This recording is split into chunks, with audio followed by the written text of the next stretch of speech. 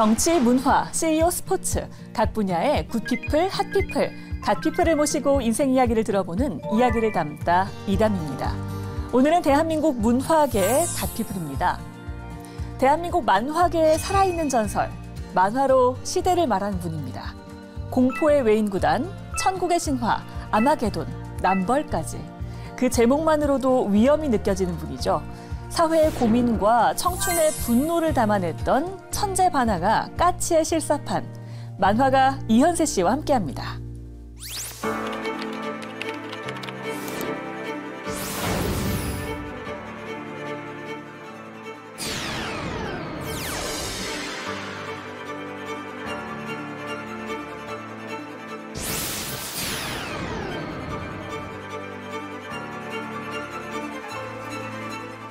돈 10원 벌금 내서 그거는 벌금을 냈다는 건 죄를 인정하는 거니까 이건 재판을 해야 됩니다. 네. 그래서 대법원까지 갔죠. 그러니까 6년 걸리더라고요.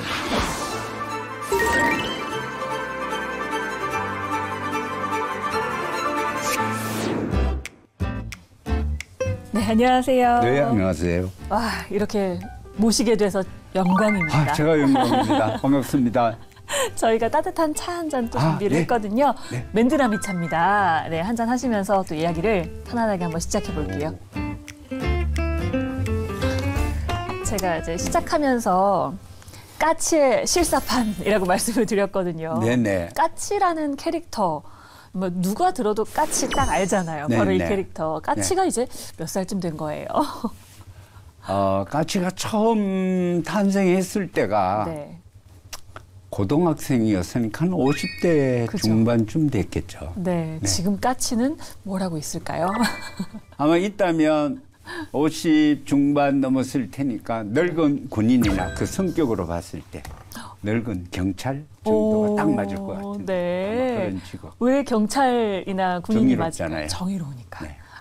정의롭고 물불 가리지 않고. 맞습니다. 네. 그리고 기본적으로 가치관이 내가 아니라 우리잖아요. 그러네요. 내가 아니고 우리. 그러니까 지금 그렇게 그렇다면 봉사를 해야 되는 네. 군인이나 경찰. 정말 멋진 군인이나 경찰이 되어 있을 것 같네요. 그럴 것 같죠. 네. 또 까치 오해성 말고도 엄지도 있잖아요. 네. 그리고 엄지는 특히나 따님 이름을 네. 엄지로 짓기도 하셨죠. 네. 그래서 항상 미안하죠. 왜요? 왜냐면 애가 엄지로서 엄지처럼 살려고 진짜 노력을 많이 하거든요. 네. 결혼했어도. 네. 그러니까 엄지처럼 사는 거는 어떻게 사는 거예요? 포기하지 않고 끝까지. 강하게 살아야 되는 거죠. 엄지 공주라는 게 우리가 최고라는 의미가 아니라 엄지처럼 작지만 네. 굴하지 않는 불굴의 정신력을 가진 아이잖아요. 네. 네. 저도 오늘 엄지처럼 한번 옷을 입어봤거든요. 어떻게 네. 엄지 같은가요? 네, 최고 베스트입니다. 제가 어디다가 찍어갈 거예요. 네. 그때 까치, 오해성, 엄지 얘기도 했는데 또 이제 그 까치와 이제 엄지의 진한 어떤 사랑 또 슬픔이 담긴 게 바로 이 공포의 외인구단입니다. 저도 이걸 보기 시작했는데 너무너무 재밌어가지고요. 끝낼 수가 없더라고요. 공포의 외인구단, 이게 83년도에 나온 거죠? 네, 83년도요. 82년도에 우리나라 프로야구가. 프로야구가 시작되고. 와, 어떻게 타이밍이 굉장히 좋았네요. 또. 그러니까요. 세상 일이라는 게 거의 네. 대다수가 운이잖아요. 저는 뭐 83년도에 프로야구가 시작된 것도 저한테는 기회였고요. 운이었죠. 그다음에 거기에 산미 슈퍼스타즈라는 희한한 구단이 만들어진 것도 저한테는 기회였고, 세상 일이 제가 이렇게 쭉 보면 운이 아닌 게 별로 없는 것 같아요. 그러니까 외인구단은 그런 시대적 운하고 굉장히 잘 맞았던 거죠. 그 사람들이 특히 공포의 외인구단에 이렇게 푹 빠지게 된 큰 매력은 뭐라고 보세요? 한 3가지 카피가 나오거든요. 네가 원하는 건 뭐든지 해줄 수 있어라는 그런 사랑의 메시지가 있고, 네. 강한 것은 아름답다라는 그 당시 가치관이죠. 네. 지금은 뭐 지금은 포기하지 않는 게 아름다운 것이다라고 하지만 그때는 네. 남자는 강해야 돼. 예. 그리고 이제 마지막 카피가 뭐냐 하면 하고 싶은 일만 하고 하고 살아. 하기 싫은 일은 하지 않게 해주겠어. 네. 이 지옥 훈련을 거치고 나면. 그래서 그때 뭐 이런 행시 준비하는 사람, 뭐 사시 또 대입 준비하는 사람들이 외행구단이 많이 도움이 됐다고 그러더라고요. 맞아요. 지금도 딱 그림 안에 그런 얘기가 있습니다. 난 네가 기뻐하는 일이라면 무엇이든 한다. 이게 또 영화화되면서 네. 음악으로도 나왔잖아요. 네, 노래. 음악으로 나왔습니다. 음악이 난 네가 아주 그죠? 네. 와, 그 영화 작곡도 잘해주셨고. 네. 그 영화화 딱 됐을 때 어떻게 보시고 만족하셨어요? 원작자로서. 여배우, 남자배우 만족했고요. 네. 감독님한테 만족했고요. 네, 또 이장우 외인구단을 전부 뭐 외파리부터 잘 이렇게 캐스팅해가지고 네.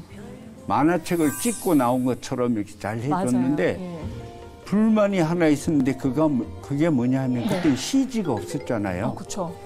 선수들을 해태 구단에 아. 가서 6개월을 훈련시켰는데도 일반인들이 중계에서 보는 프로 선수들의 그 액션이 안 나오는 거예요. 배우한테서. 쉽지 않죠. 네. 쉽지 않긴 해요. 그러니까 야구 스포츠 액션 하나가 가장 불만이죠. 그 외에는 아주 만족했습니다. 네. 그만큼 그 캐릭터들마다 굉장히 참 잘 맞게 네. 배역이 선정이 됐는데 지금 만약 네. 새롭게 이 공포의 외인구단 영화화한다. 네. 그럼 까치의 누굴 배역을 딱 하시겠어요? 예전에 그 배역 탐내하는 배우들 많았잖아요. 엄청 많았죠. 그죠? 저 민정이랑 뭐 전부 맨날 저희가 까치라고 막 그러고 다녔었는데 까치 그 손석구가 좋겠네요. 아, 손석구 배우 손석구 그렇겠네요. 어울립니다. 네. 그러네요. 약간 마음속에 그런 울분도 갖고 네. 있고 남자다우면서 약간 입체적이잖아요. 네. 얼굴도 그러네요. 그렇고. 음절은 당연히 그분이죠. 해방일지. 해방일지에 나왔던 여주인공이죠. 씩씩하고. 김지원. 네, 김지원. 김지원 씨. 외행구단의 엄지는 지금 상황에서 보면 수동적인 여자거든요. 능동적이고 이렇게 적극적이고 직업을 가진 성격이 아니라고요. 좋아하는 혜승야구 지내면 좋겠고. 그런데 대단한 남자가 너무 열렬히 구애를 하고 거기에서 고민하고 흔들리고 근데 엄지는 직업이 없습니다. 그래서 그걸 하려면 엄지한테 직업을 줘야 되니까 전체적인 구성이 다 바뀌게 돼 있죠. 네, 그래서 그런 역을 하려면 김지원 씨하고 손석구 정도는 돼야 되죠. 공포의 외인구단이 워낙 인기를 끌었고 그러면서 선생님 인기도 굉장히 높아지면서 네, 광고도 많이 찍으셨잖아요. 그렇죠. 저 아직도 뭐 많은 분들 기억하실 거예요. 맥주 광고 바로 네. 이 장면입니다. 이 슈퍼드라예요. 네, 수염 다 네. 원래 수염 이제 트레이드 마크셨으니까 얼마나 여기가 미국 가서 찍으셨다면서요? 네, 미국서도 찍었고 제주도 목장에서도 찍고 그랬는데 드라이 네. 공법 맥주 처음 나와가지고 드라이 맥주 전쟁 때거든요. 그러니까요. 그 노주현 씨가 이제 그쪽 크라운 상대 역사하고 쪽이고. 이쪽 오비인데 영광이었죠. 지금 생각해도 노주현 씨가 네. 최고의 미남 스타 배우였는데 당시에 네. 이렇게 두 분이 라이벌로 겨루게 된 거죠. 네, 영광이었죠.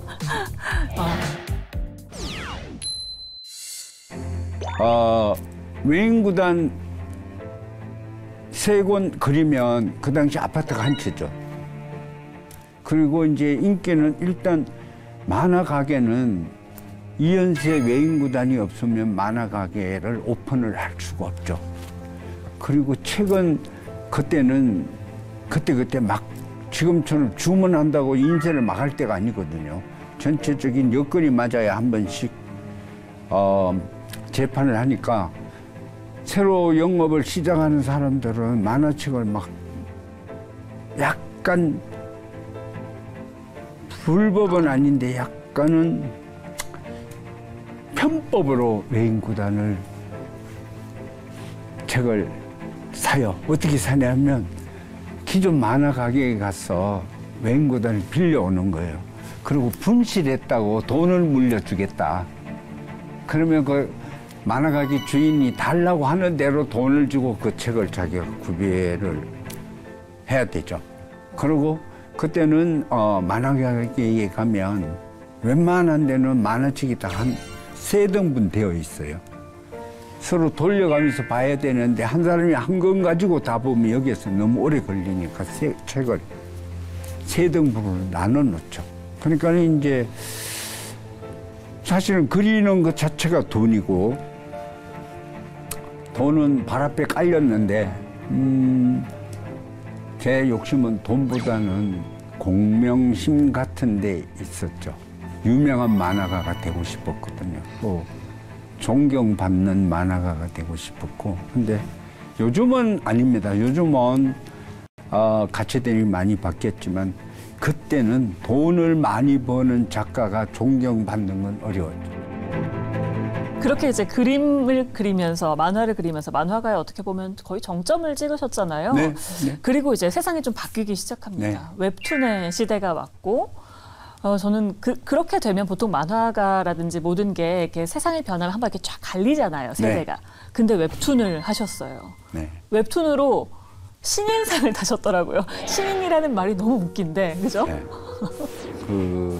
연말에 막년회 겸 신년회 할 때 모르고 갔었는데 가니까 신인상을 주길래 되게 재미있었죠. 왜냐하면 네. 저는 데뷔해가지고 제일 먼저 받은 상이 뭐 대통령상. 그쵸. 네. 상을 다 받으셨는데. 네, 그런 걸 주로 받고 특별상, 뭐 스타상 이런 걸 받다 보니까 신인상은 나하고는 뭐 먼 거구나. 그쵸. 네, 꿈도 꾸지 못했죠. 그런데 신상 받으니까 다시 젊은 시절이 돌아오는 것 같아서 되게 재밌더라고요. 60대 신인상이라는 네, 그죠? 즐거웠습니다.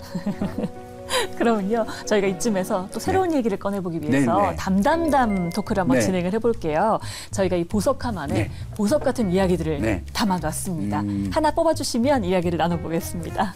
일단 저는 하트를 뽑도록 네. 하겠습니다. 제 사랑을 담았어. 네.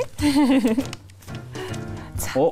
하트 속에서는 추억담이 나왔습니다. 추억담입니다. 어떤 추억인지 얘기를 좀 네. 꺼내볼게요. 네. 나의 첫 작품은 순정만화였다. 순정만화를 그리셨어요. 첫 작품은 아니고요. 첫 작품이라고 하기에는 그렇고. 초기 작품? 예. 제가 그때 거의 집에서 탈출하다시피 네. 만화 쪽으로 들어왔거든요. 일종의 도피를 했다고 할까요? 뭐 여러 가지 집에 사정들이 편치 않아 가지고 그래 그럼 만화를 그리자고 들어왔으니까 네. 그때는 학교가 없어서 만화를 배우려면 선생님 만화가 선생님 문화에 들어가야 돼요. 네, 네. 들어가야 뭐 줄을 뭘로 치고 먹칠을 뭘로 하는지를 배우는데 거기서 배울 수 모르잖아요. 있는 거니까요. 들어오기 전날 모레네 여기에서 우연히 만났는데 네. 나하나 선생님이라고 네. 이거 예쁜 만화를 그리던 선생님이 계셨어요. 그 선생님이 내가 만화 가르쳐줄게. 이래가지고 처음 들어가서 나하나 선생님 밑에서 순정 만화를 배우기 시작한 거예요. 네. 반항적인 외모를 반항적인 느낌을 갖게 된 것, 또 그런 탈출을 하면서 만화를 선택하게 된 것, 이런 거 얘기하시면서 네. 이제 여러 가지 상황이 좀 그랬다. 네. 어떤 상황이었던 거예요?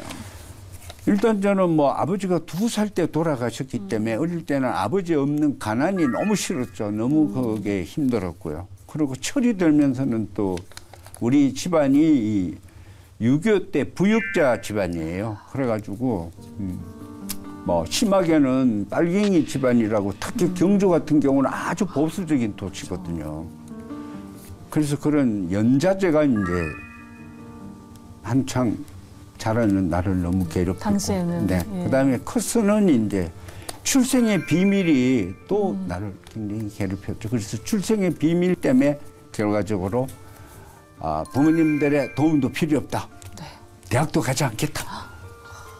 어떤 출생의 누구도 비밀인 만나고 거죠? 제가 6.25 때 네. 큰아버지가 돌아가셨으니까 예. 큰 집에는 누님 2분밖에 안 계세요. 그러니까 아버지가 제가 태어나자마자 큰 집에다가 옛날 6.25쪽 네. 계보 때문에 양가로 대를 이어야 줘버린 되니까. 거예요. 네. 엄마한테 한마디도 의논도 안 하고 그냥 아이고, 할머니하고만 둘이 얘기해가지고. 아이고.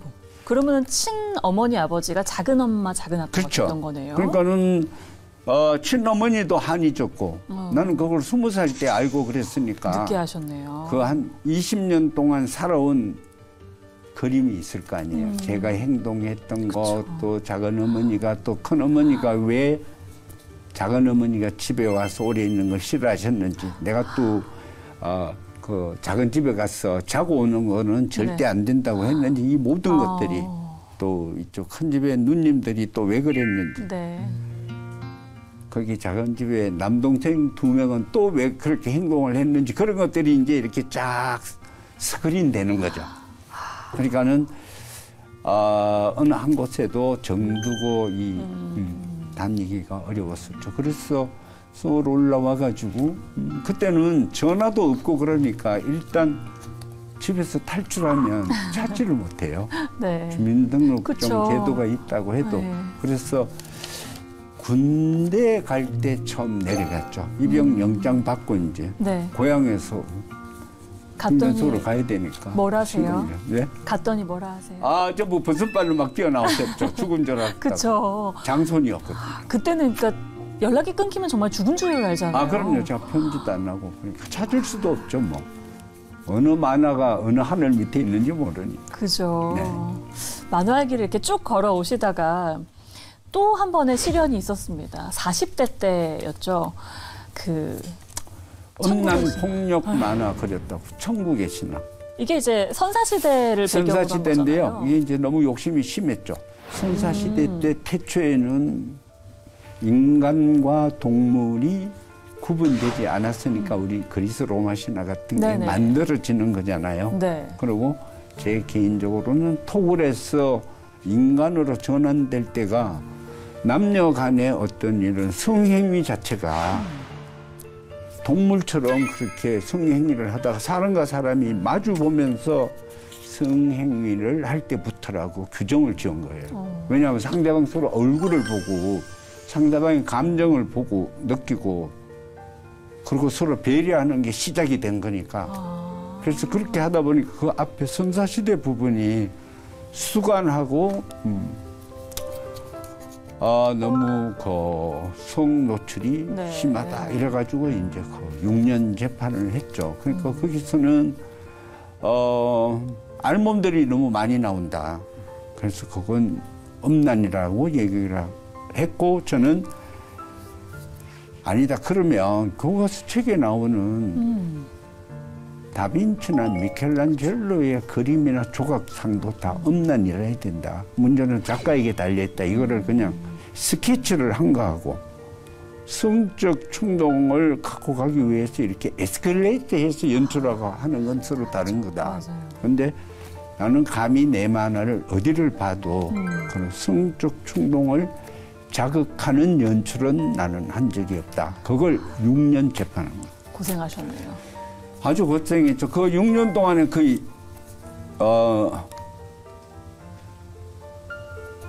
모든 병이 생겼다고 봐야 되죠. 뭐 대충 해도 당뇨, 위암, 협심증, 아이고. 예, 그 복막염 뭐 그런 서너 가지 병이 그때 한꺼번에 다 와버렸죠.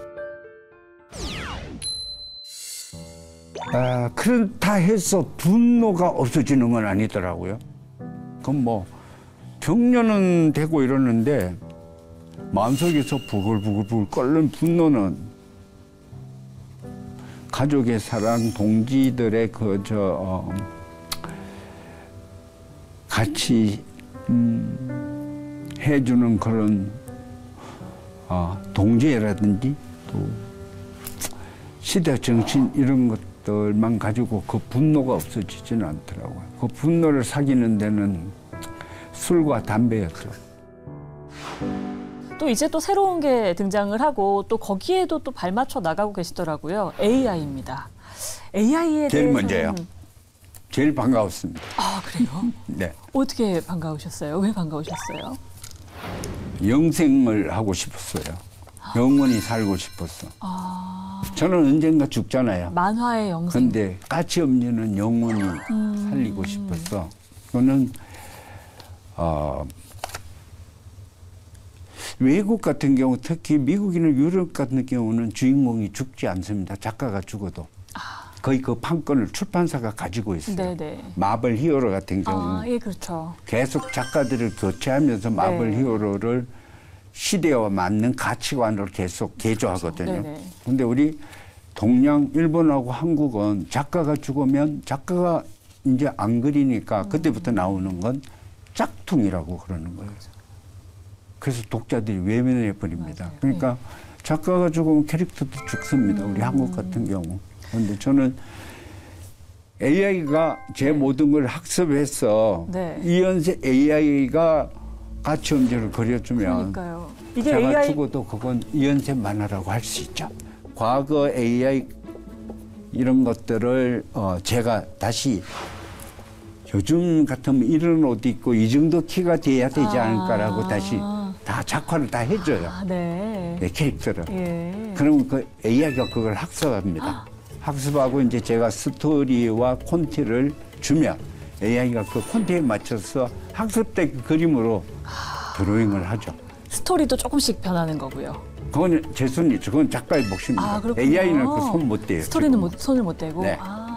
그리고 이제 배경 작업을 다시 해서 집어넣고 그러면 AI가 그리고 제가 또 보완해서 수정하고 또 AI가 그리고 이렇게 해가지고 나오는 작업이죠. 네. 재미있습니다. 저거는 12월이면 카론의 새벽이라는 작품 하나하고 고교 웨이브대하고 두 작품이 네, 작업돼서 이제 나오죠. MZ세대의 까치와 엄지가 나오는 네. 거군요. 네. 지금 얘기를 쫙 하다 보니까요. 정말 손으로 그리던, 그러니까 연필로 그리던 만화에서부터 네. 뭐 여러 가지를 하셨어요. 네. 웹툰도 하시고 네. AI까지 이렇게 받아들이시고 굉장히 열려있는 분이신 것 같은데 앞으로 이제 앞으로의 계획은 어떻게 되시는지 또 어떤 만화가로 딱 남고 싶으신지. 대한민국에서 제일 다양한 이야기를 한 만화가. 다양한 이야기. 네.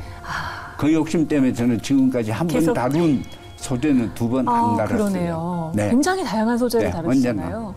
지금은 더 이상 스포츠를 하지 않는 게 스포츠를 야구, 축구, 배구 다 다뤄봤어요. 다 하셨어요. 가장 다양한 이야기를 남긴 이야기꾼. 네. 그게 제가 기억되고 싶은 네, 만화가죠.